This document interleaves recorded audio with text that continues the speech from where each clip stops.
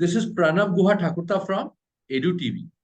In our students and universities' favorite program, Schools and University Connect program. Thank you so much, sir. Hello, sir. This is Ritika from Delhi Public School, Sahibabad. Hi, And Ritika. hello, sir. We welcome you on this show from the EDU TV, that is from 12th graders' favorite program, Schools and Universities Connect on EDU TV. So once again, welcome, sir. Thank you. Okay, so let us start with a brief introduction of Mr. Shyam Kumar, who is the special guest for today's evening. Sorry, that's a morning. Mr. Shyam Kumar is Associate Director, Outreach, Admission and Career Services at Vidyashilp University, Bangalore. He holds a postgraduate degree in HR from IIPM, New Delhi, and undergraduate degree in History, Economics, Political Science from St. Joseph's College of Art and Science, Bangalore. He has over 17 years of experience in the areas of recruitments, campus placements, trainings, key account management, and admissions. He has worked in the domain of HR and helped major corporations like Citi, Sapient, KPMG, Deloitte, TCS, HSBC, and many more corporate houses with their recruitments. He was instrumental in setting up of entire teams of Citigroup, Global Transaction Services, that is GTS, in 2006 and 2007, and Citibank S&D team in 2010 and 11 for asset business in India. He has placed over 2,000 plus students in corporates over the last 10 years. His personal interest lies in career guidance for students, cricket coaching, and trekking. Once again, we welcome you, sir. Thank you. Thank you for having me, Ritika. Thank you for having me here. Okay.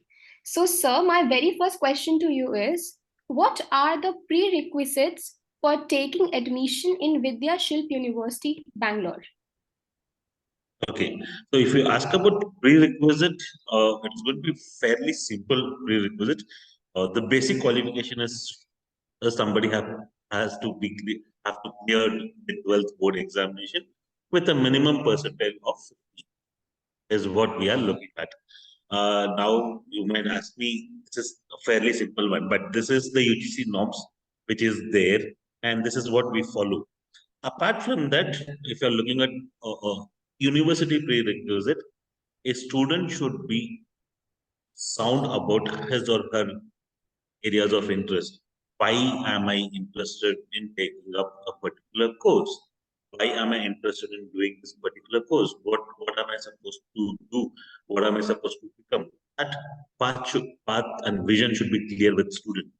That is what we look at student. Okay, thank you, sir. So my next question is, what departments or programs have the best reputations?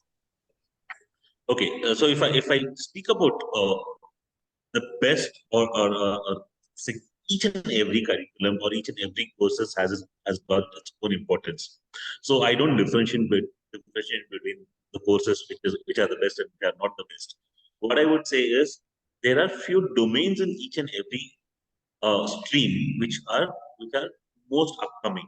Say for example, in science domain or data science, your artificial intelligence, machine learning, augmented reality, these are the most upcoming courses.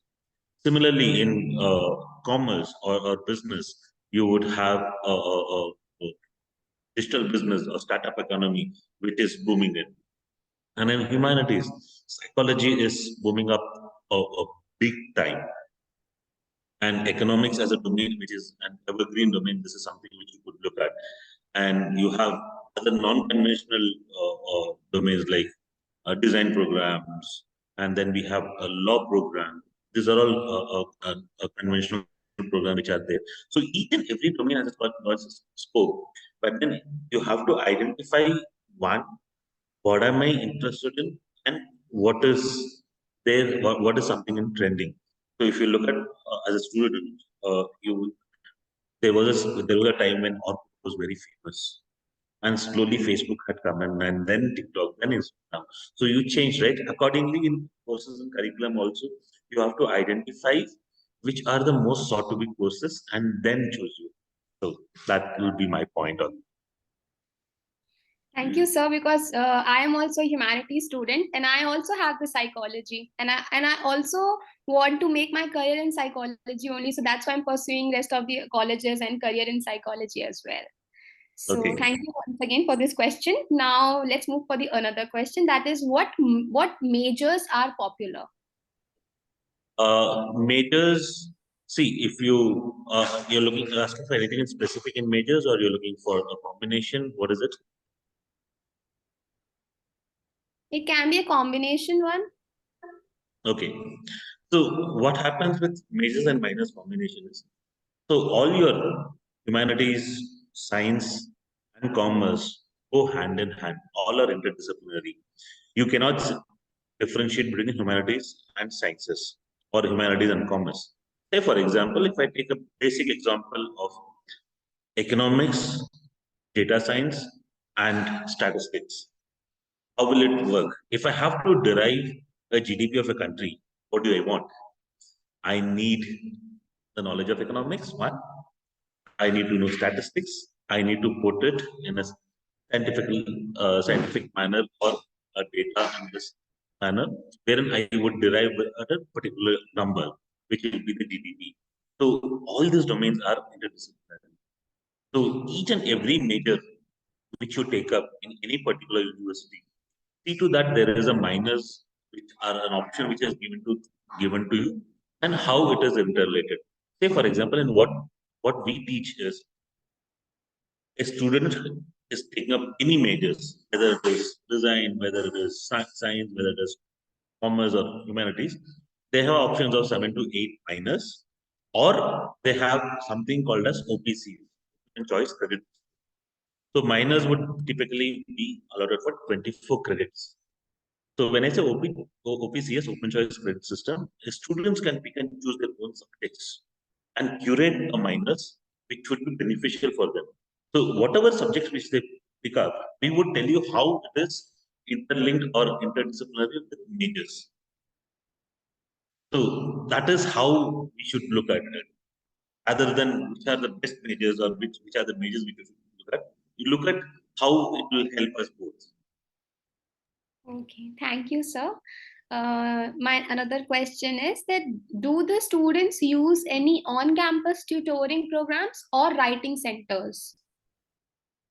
See, when I say tutorial sessions or tutors, or something, this will not happen in campus. So we don't have a facility where we do accommodate tutorial centers at campus for a specific reason. Why? Because our way of teaching, our methodology, are a holistic way of teaching, or it is an experiential kind of teaching, is very unique in itself, because we don't believe in students only sitting in classrooms and learning. You would find students somewhere on the ground, somewhere on the tree, and teacher taking classes. That is what we teach. And tutorials, what they do is, they pick up a certain subjects, they would put you in a classroom, they will make you machines. So that is what they do. So if you have to choose something, tutorials or test prep centers or something, that should be outside the campus, because if you're doing the same thing in the campus, most probably 90% of the time, it is the same faculty who will come and teach us tutorials also. There is no value addition. So if you go to tutorials outside, you have a different angle, or a different way, a different approach of learning. That is something which will be better. Thank you so much, sir. Now, I want to ask you the last question. That is, what are the interdisciplinary courses universities is offering? Please kindly elaborate it. Okay. So when I say interdisciplinary, I was explaining you how domains are interlinked and interdisciplinary. Say, if I have to, what are the options? What we have? I'll give you an example of what the option what we have. Uh, in design program, we have a B design program. In communication design, you have two major tracks. One is they can opt for UX as an option, or they can opt for design research. So our program is called as Design Studies, or School of Design Studies.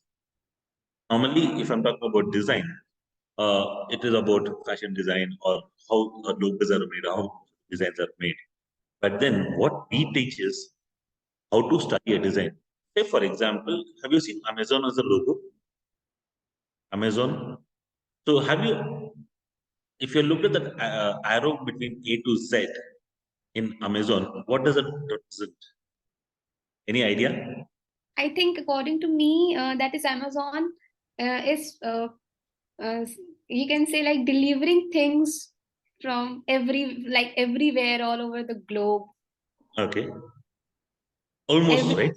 So they cover A to Z, everything is what the meaning. A to Z is what the meaning is. So you have studied that design. That is what we teach. So how a design as a curriculum, it is not independent to a particular subject. Design is interdisciplinary with all the domains. Say if I have to create a textbook, imagine a cover of a textbook without mentioning the name of the textbook. Would an individual be able to identify the textbook? No. So that is also a part of that is also a part of communication. So if I'm talking about other domains, economics, you need to if there is a data, a lot of data has been accumulated, the demand supply has been calculated. But then if I have to project it, there should be a way to present it. That is also a part of design. So this is what we teach. So design as a studies, if you look at it, it is a vertical studies. But then what we have done is we have horizontally divided across domains, and we teach how it is taught in each and every domain. So in terms of economics, in terms of finance, in terms of marketing, terms of psychology, everywhere. Design also applies in psychology. So you have something called as cognitive psychology. Yes, sir, you are right because I will share you a personal experience. My father was about to buy the Kia, like last year he bought that. So we were like, "No, Papa, buy it, buy it." So he said, "No, purana logo hai, so I won't be buying that. I'll be buying with the new one that is Kia in a new form, and Yeah. because of that it has charges extra." So I said, "No, it looks good, but fine, we'll wait and we'll buy." So now we have the new one. Oh, Uh, great, great. See, that is okay. how an company uh, plays in the mind of consumer. That is also psychology.